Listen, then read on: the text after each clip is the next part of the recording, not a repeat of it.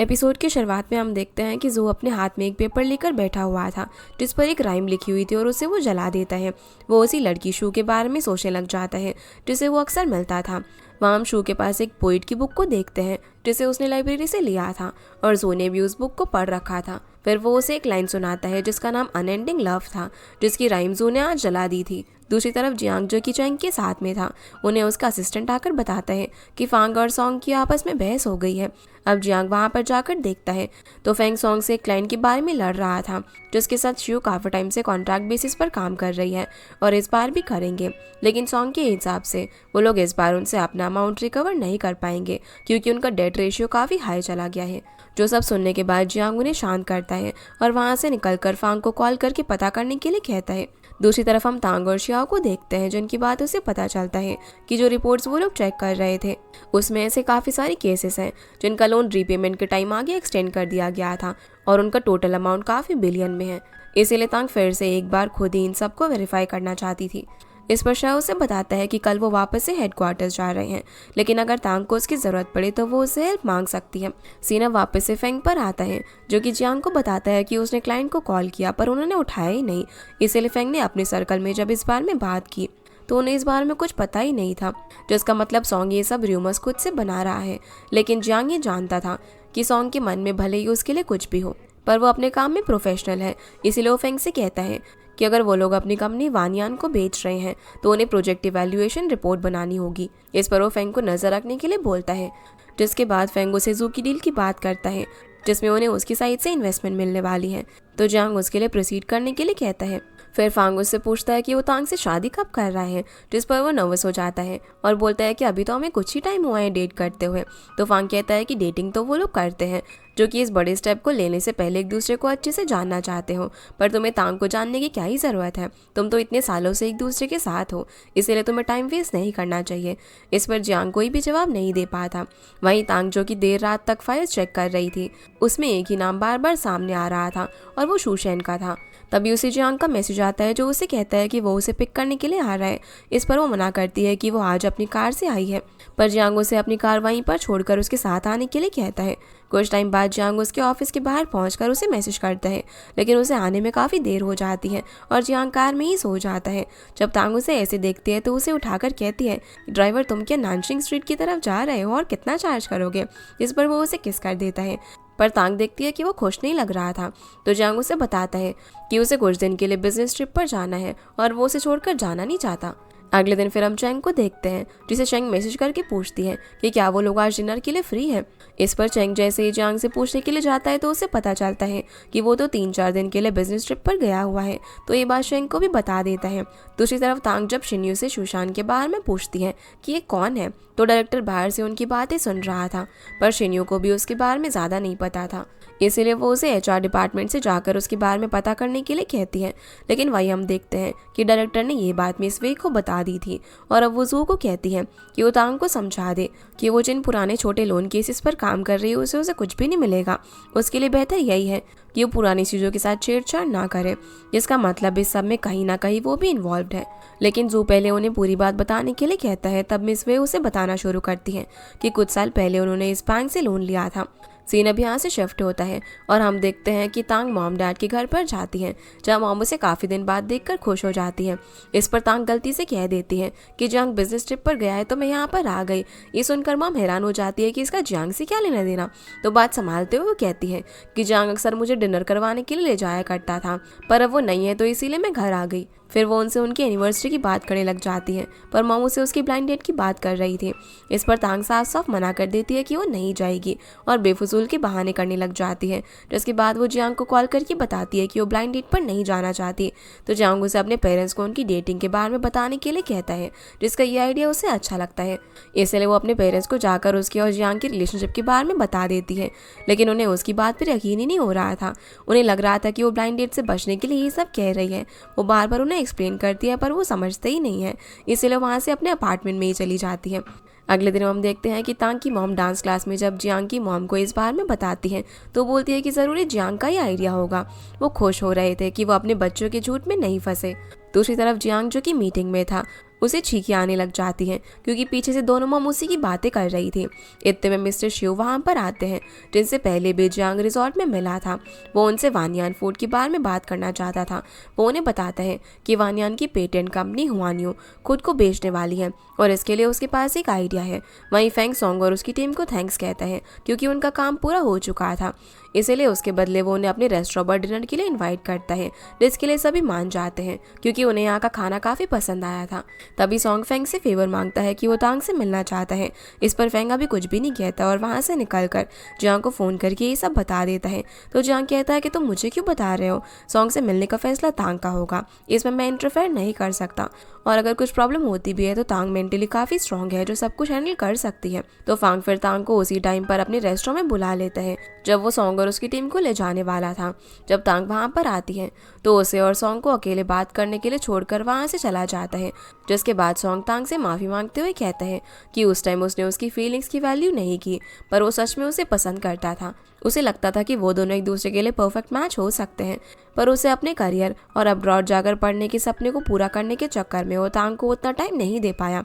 इस पर तांग उसे साफ साफ कह देती है कि तुम्हारे प्लान सिर्फ तुम्हारे लिए थे, उसमें मैं कभी थी ही नहीं, इसीलिए मैं अपना टाइम तुम्हारे प्लान्स के लिए वेस्ट नहीं कर सकती थी। तो सॉन्ग पूछता है कि फिर तुमने जियांग को इतना लेट डेट करना क्यों शुरू किया। इस पर वो सब फेट की बात बताती है। तो सॉन्ग अब उन्हें साथ में रहने के लिए फ्यूचर की बेस्ट विशेष देता है। सीन अब यहाँ से जियांग पर आता है जो कि बिजनेस ट्रिप से वापस आ गया था। वो तांग को फ़ोन करके बताता है कि वो आज डिनर के लिए नहीं आ पाएगा क्योंकि उसकी फ़्लाइट लेट हो गई थी। जिसके बाद जब वो घर में जा रहा था तब उसकी मॉम उससे पूछती है कि क्या तुम तांग से बात कर रहे हो जो कि पिछले 14 सालों से तुम्हारी फ्रेंड है या फिर तुम्हारी गर्लफ्रेंड से। वो उसे बता रही थी कि हमने तुम्हारे और तांग के रिलेशनशिप वाले झूठ को पकड़ लिया है। तो वो उन्हें कुछ भी एक्सप्लेन किए बिना अंदर चला जाता है। जिसके अगले दिन फिर जब वो तांग से मिलने के लिए उसके अपार्टमेंट जाता है जहाँ वो उसके लिए खाने के लिए काफ़ी सारा सामान भी लेकर आया था। तांग उसे बोलती है कि पहले तो तुम बिना नॉक किए ही अंदर आ जाया करते थे, तो अब ऐसा क्या हुआ। इस पर वो कहता है कि पहले हम दोस्त थे और अब तुम मेरी गर्लफ्रेंड हो, तो मुझे तुम्हारे कंसेंट की ज़रूरत है। तभी जियांग उसे क्लोज आकर पूछता है कि तुम्हारे पेरेंट्स तो आज यहाँ पर नहीं आने वाले ना। इस पर वो बताती है कि वो अपनी एनिवर्सरी सेलिब्रेट कर रहे हैं, जो सुनकर वो एक्साइटेड हो जाता है कि वो अकेले हैं। अब जब तांग ब्रश करने के लिए जाती है तो गलती से उसका टूथपेस्ट बेड पर गिर जाता है, जिसे अब उसे धोना पड़ेगा। लेकिन नीचे हम तांग और जियांग की मॉम को देखते हैं जो कि यहीं पर आ रही थी। वो तांग के लिए कुछ वेजिटेबल्स भी साथ लेकर आई थी। इधर ये दोनों बेडशीट को ट्रिक से चेंज कर रहे थे, लेकिन उसी को ट्रिक करके उसे ब्लैंकेट में लपेट लेता है और ये दोनों ब्लैंकेट में ही खेलने लग जाते हैं। पर इतने में उन्हें मॉम की आवाज़ आती है जिसे सुनकर दोनों के होश उड़ जाते हैं और जब उन्हें बेड पर इस तरीके से वो देखती है तो उनके भी होश उड़ जाते हैं। फिर हम इन लोगों को एक दूसरे के आमने सामने देखते हैं, लेकिन जियांग की मॉम को देखकर लग रहा था कि वो तो काफ़ी खुश है। जियांग उन्हें एक्सप्लेन करता है कि वो तांग के लिए बस ब्रेकफास्ट लेकर आया था और कुछ भी नहीं। तांग अपनी मॉम से पूछती है कि आप तो डैड के साथ एनिवर्सरी सेलिब्रेट करने वाली थी ना। इस पर वो उसे बताती है कि एनिवर्सरी कल है और फिर दोनों मॉम उन्हें कंटिन्यू करने के लिए कहकर वहाँ से भाग जाती हैं। जिसके बाद वो दोनों चैन की सांस लेते हैं क्योंकि वो काफ़ी डर गए थे कि उन्हें अब डांट पड़ने वाली है। इतने में मॉम वापस आ जाती हैं क्योंकि वो अपने शूज़ भूल गई थी, जिन्हें लेने के बाद वो फिर से चली जाती हैं और सोचने लगती है कि इसका मतलब वो उन्हें कब से सच ही बता रहे थे। पर उन्हें उनके इस फैसले से कोई भी एतराज़ नहीं था। उन्होंने उनके रिलेशनशिप को एक्सेप्ट कर लिया था और वो दोनों एक दूसरे के बच्चे की तारीफ कर रहे थे कि वो कितने वेल सेटल्ड और मैनर्ड है। इसके बाद हम देखते हैं शेंग जब एक्सरसाइज कर रही थी तभी उसे चैंग का मैसेज आता है जो उसे बताता है कि जियांग वापस आ गया है तो हम डिनर के लिए जा सकते हैं। जिस पर रिप्लाई करते हुए बोलती है कि वो आज की बुकिंग करवा रही है। दूसरी तरफ हम तांग और जियांग को देखते हैं जो फेंग और यानान से मिलने के लिए जाते हैं। वो उन्हें एक दूसरे का हाथ पकड़ते हुए देखकर काफ़ी खुश होते हैं। सभी यहाँ पर शेंग के इनवाइट करने पर आए थे क्योंकि उसने उन्हें डिनर के लिए सभी को फांग के रेस्टोरेंट पर बुलाया था। लेकिन तभी फांग देखता है कि चेंग ने बाहर रेस्टोरेंट क्लोज का बोर्ड लगाया हुआ था और अंदर भी उसने किसी शेफ को बाहर से सिर्फ स्टीक्स बनवाने के लिए बुलाया था। जब चेंग हुई वहाँ पर आता है तो फेंग उससे पूछता है कि तुमने रेस्टोरेंट किससे पूछकर बंद किया। इस पर वो कहता है कि शेंग अब एक बड़ी स्टार बन गई है तो ये करना ज़रूरी था। वैसे भी जिस रेस्टोरेंट को फुल बुक करवाना चाहती थी वो आज काफ़ी बिजी था। फेंग फिर उसे किसी और दिन ही ऑर्गेनाइज करने के लिए कहता है, पर चेंग कहता है कि वो फिर कल बीजिंग चली जाएगी। जो सुनकर तांग उससे कहती है कि तुम्हें तो उसके बारे में काफ़ी कुछ पता है। इतने में शेंग भी वहाँ पर आ जाती है। जिसके बाद सभी एक साथ बैठे थे। शेंग अब जियांग को थैंक्स कहती है कि र्यूमर्स के टाइम सिर्फ वही थे जिन्होंने उस पर ट्रस्ट रखा। जियांग अब चेंग का नाम लेता है कि उसकी वजह से ही हमें पता चल सका कि वो फोटोज़ फेक है। शेंग फिर उसे भी थैंक्स कहती है लेकिन वो खाने का ऑर्डर देने के लिए चला जाता है। तभी उनकी बातों से शेंग को पता चलता है कि चेंग हुई का जो टेक सर्कल है उसमें उसका नाम एफिली है, जो सुनकर शेंग को याद आता है कि शेंगयू ने उसे भी यही नाम बताया था जो कि उसे केबी से पता चला था। इसका मतलब केबी ने जो वीडियो शेंग के फेवर में बनाई थी वो शेंग के कहने पर बनाई थी। इसीलिए पार्टी में जब सभी बिजी होते हैं तो शेंग को एफिली कहकर बुलाती है और कहती है कि तुम इतने टाइम से मेरी मदद कर रहे हो तो मुझे बताया क्यों नहीं। इस पर वो कहता है कि मैं तुम्हें ना बताने का कारण बता सकता हूँ, पर क्या तुम सुन पाओगी। जो सुनकर वो कुछ भी नहीं कहती। फिर शेंग उसे उस रोवर की लाइव स्ट्रीम के बारे में बात करता है जो उसने शेंग के घर पर देखी थी। तो वो उसे बताती है कि उसे सोने में प्रॉब्लम होती थी, तो उसने इस लाइव स्ट्रीम को देखना शुरू किया जिससे उसे सोने में काफ़ी मदद मिली। शेंग उसे बताता है कि अगले महीने की 17 तारीख वो आखिरी दिन होगा जब वो रोवर अर्थ पर अपना आखिरी मैसेज भेजेगा। इसीलिए वो उससे पूछता है कि क्या हम साथ में उसे गुड बाय कह सकते हैं। तो शेंग बोलती है कि उसे पता नहीं कि उस दिन उसका शेड्यूल क्या होगा, जिसके बाद वो सभी को गुड बाय कहकर चली जाती है।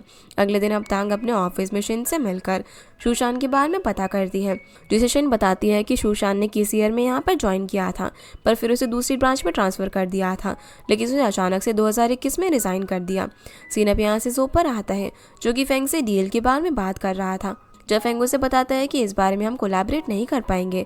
जिसके बाद जब जू वापस जा रहा था तब उसे रास्ते में एक रेस्टोरेंट दिखाई देता है जहाँ शो ने उसे अपनी फर्स्ट सैलरी से ट्रीट दी थी। तभी उसे मिस वे का कॉल आ जाता है, जिसके बाद वो उनसे मिलने के लिए जाता है जहाँ वो मिस वे को बताता है कि यूशू ने हमारा ऑफर रिजेक्ट कर दिया, जिसका मतलब अब बिना कॉन्ट्रैक्ट के उन्हें 3.5 बिलियन की फंडिंग नहीं मिलेगी। तब जू कहता है कि क्यों ना एक फेक कॉन्ट्रैक्ट हम खुद ही बनाकर ये फंडिंग उठा ले, जिसका ये प्लान मिस वे को अच्छा लगता है। तभी डायरेक्टर वहाँ पर आता है और उन्हें बताता है कि तांग जल्दी शूशान के बारे में पता कर लेगी। तो मिस वे जू को तांग को हैंडल करने के लिए कहती है, जिससे उसे लगता है कि वो उसे मरवाने की बात कर रही है, पर उसे क्या करना है मिस वे उसे ही सोचने के लिए कहती है। तभी डायरेक्टर कहता है कि शूशान भी तो मरी थी। इस पर मिस वे कहती है कि वो उसकी मर्जी थी। जो सब सुनकर जू को गुस्सा आ रहा था, पर वो कुछ भी नहीं कहता और वहाँ से चला जाता है। जिसके बाद डायरेक्टर मिस वे से कहता है कि तुम इस पर कुछ ज़्यादा ही भरोसा नहीं कर रही हो, जिस पर वो हाँ कहती है क्योंकि वो उसे अपने काम को लेकर काफ़ी ऑनेस्ट और डेडिकेटेड लगता है। वहीं जू तांग से मिलने के लिए उसके ऑफिस चला जाता है, पर तांग उससे बात करने से ही मना कर देती है और जाने लगती है। जू उसे कहता है कि तुम्हें शूशान के बारे में जानना है ना। जो सुनकर वो उसके साथ इस बारे में बात करने के लिए साथ में चली जाती है। वहाँ वो उससे पूछती है कि शूशान कौन है और तुम उसे कैसे जानते हो, पर वो कहता है कि उसके बारे में बात करना मीनिंगलेस है और कहता है कि तुम्हारी तरह उसे भी इन लोन्स के बारे में पता चला था। फिर वो उसे एक नॉवल के बारे में बताता है जिसमें कुछ लोगों को उनके बीच का स्पाई पता नहीं चल रहा था, तो उनके बॉस ने सबसे मनी को फॉलो करने के लिए कहा। जिसके भी पास में लास्ट में पैसा बचा होगा वही स्पाई है। जिस सबसे वो ये कहना चाहता था कि वो इन लोन्स के बारे में कभी पता नहीं लगा पाएगी, क्योंकि जिन कंपनीज ने लोन लिया था वो कभी भी एग्जिस्ट ही नहीं करती हैं, वो सभी शेल कंपनीज थी। फिर वो उन्हें 3 लोगों के नाम बताता है जिन्हें उसे इन्वेस्टिगेट करना चाहिए। पहला युआन शी, दूसरा सुन जेंसी और तीसरा लियाओ। पर वो यहाँ पर उससे अब भी पूरी बात नहीं बता सकता था और उसके कॉल का वेट करने के लिए बोलकर यहाँ से चला जाता है। जिसके बाद वो इसी टेंशन में अपने घर के लिए निकल पड़ती है। लेकिन जब वो जियांग को कॉल करती है तो बताता है कि वो मीटिंग में बिजी है, पर जियांग समझ गया था कि वो परेशान है। लेकिन तांग उसे अपने काम पर ध्यान देने के लिए कहती है। घर जाने के बाद तांग एबनॉर्मल लैंडिंग इशू के बारे में डिटेल्स किसी को मेल करने वाली थी। तभी दरवाजे पर कोई नॉक करता है, जो सुनकर वो थोड़ी सी घबरा जाती है, पर जियांग बताता है कि वो है। तो वो दरवाज़ा खोलकर उसे गले लगा लेती है और उससे पूछते हैं कि तुम्हें कैसे पता चला कि इस वक्त मुझे तुम्हारी ज़रूरत है। तो जियांग बोलता है कि तुमने कॉल पर मुझे सिर्फ शियान कहा था, ये तुम सिर्फ तभी कहती हो जब उदास होती हो। जिसके बाद तांग उसे अपनी प्रॉब्लम बताती है, जिस पर जियांग उसे सपोर्ट करता है कि तुम जो भी कर रही हो बिल्कुल सही है और अगर इससे उसके करियर पर कोई भी असर भी पड़ता है तो वो उसे संभालने के लिए उसके साथ है। जिससे तांग को भी हिम्मत मिलती है और वो उस मेल को सेंड कर देती है। लेकिन जियांग जानता था कि तांग को इस वक्त उसकी ज़रूरत है, तो वो कुछ दिन उसे काम पर जाने से मना करता है और कहता है कि कुछ दिन उसके साथ ही रहेगा। पर तांग उसके काम खराब नहीं करना चाहती थी, इसलिए वो उसे बोलती है कि वो उसके साथ होटल आ जाती है, जहाँ जियांग जब मीटिंग में था तो वो सभी के लिए खाने के लिए कुछ लेकर जाती है। इस पर जियांग उसे कहता है कि तुम्हारा इस तरह बाहर जाना सेफ नहीं है। तभी उसे कैप्टन सन का कॉल आ जाता है, जिसके साथ जब वो कहीं पर जा रहे थे तो जियांग को फेंग से पता चलता है कि जी जुआंग के साथ जो कॉन्ट्रैक्ट उन्होंने कैंसिल किया था वो लोग अब इलीगल ट्रिक यूज़ करके मार्केट से फंड रेज कर रहे हैं। तो जियांग उसे जल्दी से लॉयर से रिपोर्ट तैयार करवाकर पुलिस में कंप्लेंट करने के लिए बोलता है। वहीं तांग कैप्टन सन के साथ वापस से ऑफिस इसीलिए जा रही थी क्योंकि इंटरनली कुछ चीज़ें वेरीफाई करनी थी। वहाँ का काम खत्म करने के बाद जब वापस जा रही थी कि सन उन्हें बताता है कि हमने वे को ढूंढ लिया है। उसे जो ने ड्रग देखकर एक कोल्ड वेयर हाउस में बंद कर दिया था, जिसे अब हॉस्पिटल ले जाया गया है और डायरेक्टर को भी कस्टम्स ने पकड़ लिया है। जो सब कुछ तांग की मेल की वजह से हो पाया था। लेकिन जू ने वे को जिस वेयर हाउस में बंद किया था उसको जू ने 1 साल के लिए रेंट पर लिया था। इसका मतलब जू का प्लान उसे मारने का था, इसीलिए पुलिस उसकी तलाश में है। तभी तांग को जू का मैसेज आता है जिसने लोकेशन भेजकर उसे मिलने के लिए बुलाया था। फिर हम जू को देखते हैं जो कि सुशांत की ग्रेव के पास था। तभी तांग और जियांग पुलिस के साथ वहाँ पर पहुँचते हैं, जिसके बाद तांग और जियांग जाकर जू से बात करते हैं। तांग उससे पूछती है कि क्या सुशांत तुम्हारी गर्लफ्रेंड थी। इस पर वो उसे बताना शुरू करता है कि जब उसने शू को अपने अंकल से मिलवाया था तब उसने लोन फाइल्स में गड़बड़ी के बारे में पता कर लिया था।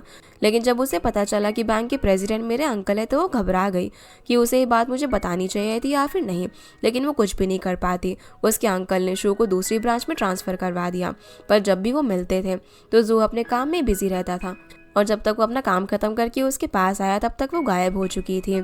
उसने उसे हर जगह पर ढूंढा और जब उसका एड्रेस मिला तब जाकर उसे पता चलता है कि उसने अपनी जान दे दी।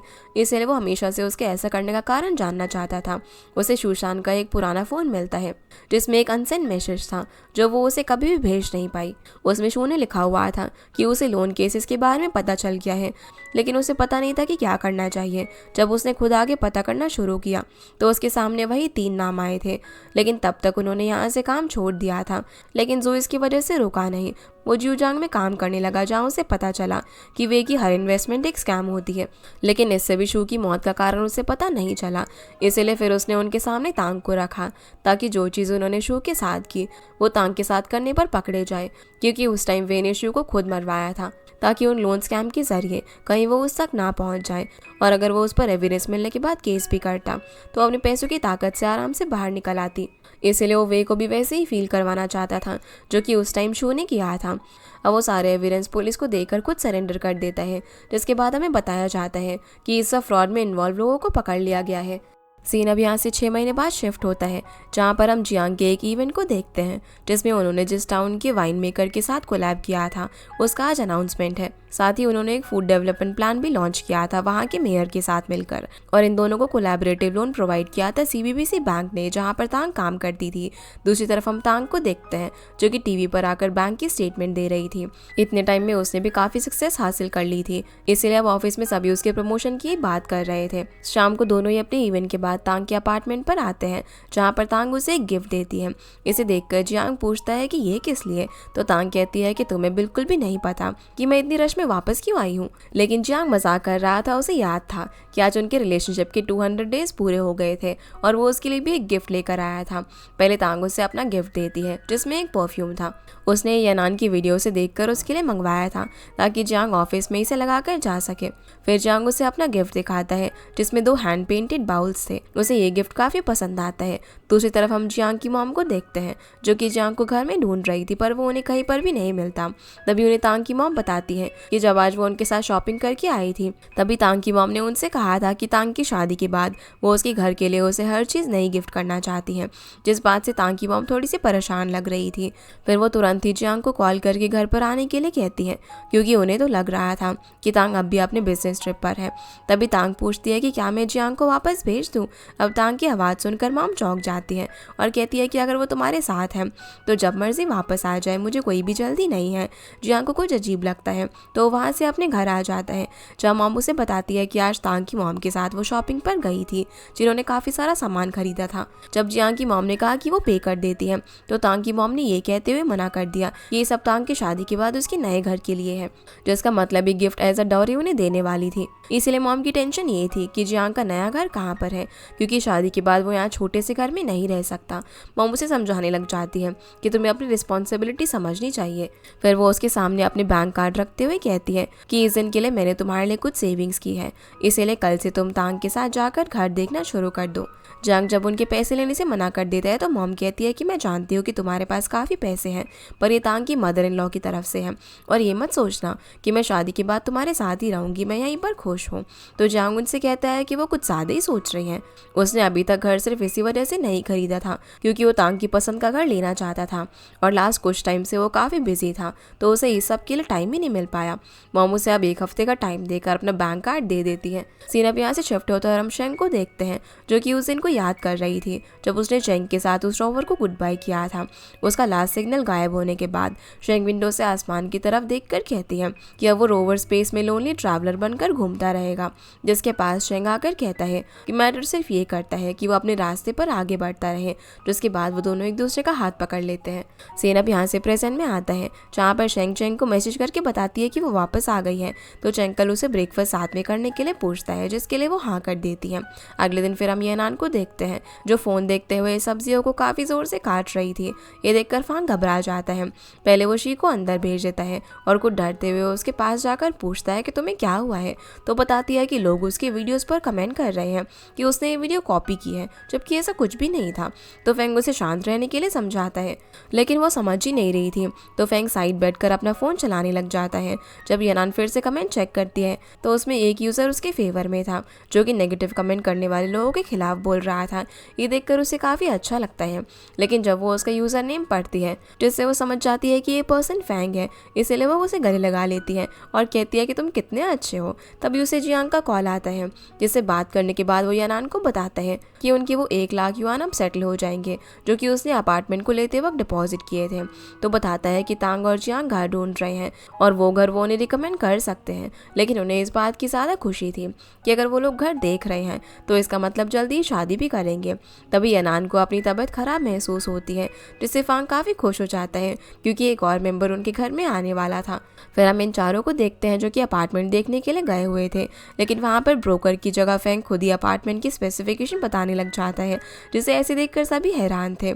जब येनान तांग के साथ अकेले थी तो वो उसे उसकी शादी की बात कर रही थी कि उसे कैसी ड्रेस पहननी चाहिए। वहीं फेंग जियांग को बेडरूम दिखा रहा था। वो किसी भी तरीके से जियांग को ये अपार्टमेंट लेने के लिए कन्विंस कर रहा था, ताकि उसे उसके डिपॉजिट की 1 लाख युआन वापस मिल सके। जब जियांग तांग से इस घर के बारे में पूछता है तो उसे भी ये काफ़ी पसंद आता है। जियांग इस घर को अब खरीदने के लिए मान जाता है, पर वो फेंग से बोलता है कि तुम्हारा वो 1 लाख का डिपॉजिट हमारा वेडिंग गिफ्ट रहेगा। तांग भी जियांग का साथ देते हुए कहती है कि तुम्हें तो हमें गिफ्ट देना ही चाहिए ना। तभी येनान उन्हें चिल्लाकर बुलाती है और आज की हॉट न्यूज़ बताती है कि लोगों ने स्टार शेंग को चेंग हुई के साथ ब्रेकफास्ट करते हुए देखा था, जिससे वो समझ जाते हैं कि उन दोनों के बीच अब कुछ चल रहा है। जब तांग और जियांग घर पहुंचते हैं तो देखते हैं कि उनकी मॉम गेस्ट की लिस्ट बना रही थी और अभी आते वक्त भी वो दोनों यही बात कर रहे थे, लेकिन उन दोनों की प्लानिंग में काफ़ी फ़र्क था क्योंकि मॉम विलेज में उनकी शादी करवाना चाहती थी, तो वो उन्हें उनकी प्लानिंग के साथ छोड़कर अंदर चले जाते हैं। फिर हम देखते हैं कि फेंग अपने रेस्टोरेंट के कोर्टयार्ड में एक इवेंट ऑर्गेनाइज करता है, जिसमें सभी लोग आते हैं। वो लोग काफ़ी एक्साइटेड थे कि फांग और येनान ने उन्हें यहाँ पर किस लिए बुलाया है। तभी एक स्क्रीन ऑन होती है जिसमें तांग और जियांग वेडिंग ड्रेस में थे। जियांग फिर यहाँ पर अनाउंस करता है कि वो दोनों शादी कर रहे हैं, जो सुनकर सभी लोग काफ़ी सरप्राइज थे, लेकिन उन्हें समझ नहीं आ रहा था कि उन्होंने इस तरीके से शादी क्यों की। तब तांग बताती है कि वो दोनों काफ़ी कंफ्यूज थे कि उन्हें अपनी शादी किस तरीके से करनी चाहिए, पर उन्हें रियलाइज़ हुआ कि ये ज़रूरी नहीं है कि शादी कैसे हो, ज़रूरी है तो उसके साथ रहना। फिर वो अपनी वेडिंग सेरेमनी शुरू करते हैं, जिसमें जियांग तांग को बताता है कि वो खुद को काफ़ी लकी समझता है कि वो उससे मिले। उसने उसके साथ हर मोमेंट स्पेंड किया और एक दूसरे को सपोर्ट भी किया। जिसके बाद वो उससे अपनी वाइफ बनने के लिए कहता है, ताकि उसे उसके साथ बाकी ज़िंदगी बिताने का मौका मिल सके। इस पर तांग बोलती है कि मेरे लिए सिर्फ पेरेंट्स का लव ही हमेशा मायने रखता था, पर तब तक जब तक मैं तुमसे नहीं मिली थी, तुमने हमेशा मुझे अपनी लाइफ में फर्स्ट रखा, इसलिए मैं तुम्हारी वाइफ बनने के लिए हाँ करती हूँ। जो सब देखकर सभी उनके लिए काफ़ी खुश होते हैं। दोनों अब एक दूसरे के साथ रिंग एक्सचेंज करते हैं और किस करते हैं, और उन्हें ऑफिशियली हस्बैंड वाइफ देखकर सभी लोग काफ़ी खुश थे और इस तरीके की वेडिंग देखकर भी उन्हें काफ़ी मज़ा आया था। लेकिन हम देखते हैं कि तांग और जियांग ने लाइव स्ट्रीमिंग नहीं किया था, बल्कि ये वीडियो उन्होंने एक दिन पहले ही रिकॉर्ड कर ली थी और चेंग हुई की मदद से उन्होंने इसे सभी को लाइव बताया। जबकि ये दोनों तो मज़े से माउंटेन की टॉप पर चाय पी रहे थे। इस जगह पर ये दोनों समर वेकेशन के दौरान आए थे और सभी ने काफ़ी डांस भी किया था। तो जियांग उसे उसके साथ डांस करने के लिए पूछता है, पर तांग को स्लीपिंग बैग छोड़कर निकलने का मन ही नहीं हो रहा था। तो जियांग उसे इसी में डांस करने के लिए कहता है, जिसके बाद ये दोनों स्लीपिंग बैग में फनी तरीके से डांस करने लग जाते हैं और इसी के साथ हमारे इस ड्रामा की हैप्पी एंडिंग हो जाती है। तो गाइस, ये थी आज की वीडियो एंड आई होप आप लोग को ये वीडियो पसंद आई होगी। तो इस वीडियो को लाइक कर चैनल को सब्सक्राइब जरूर कीजिएगा। आपसे फिर मिलते हैं अगले इंटरेस्टिंग ड्रामा में, तब तक के लिए गुड बाय।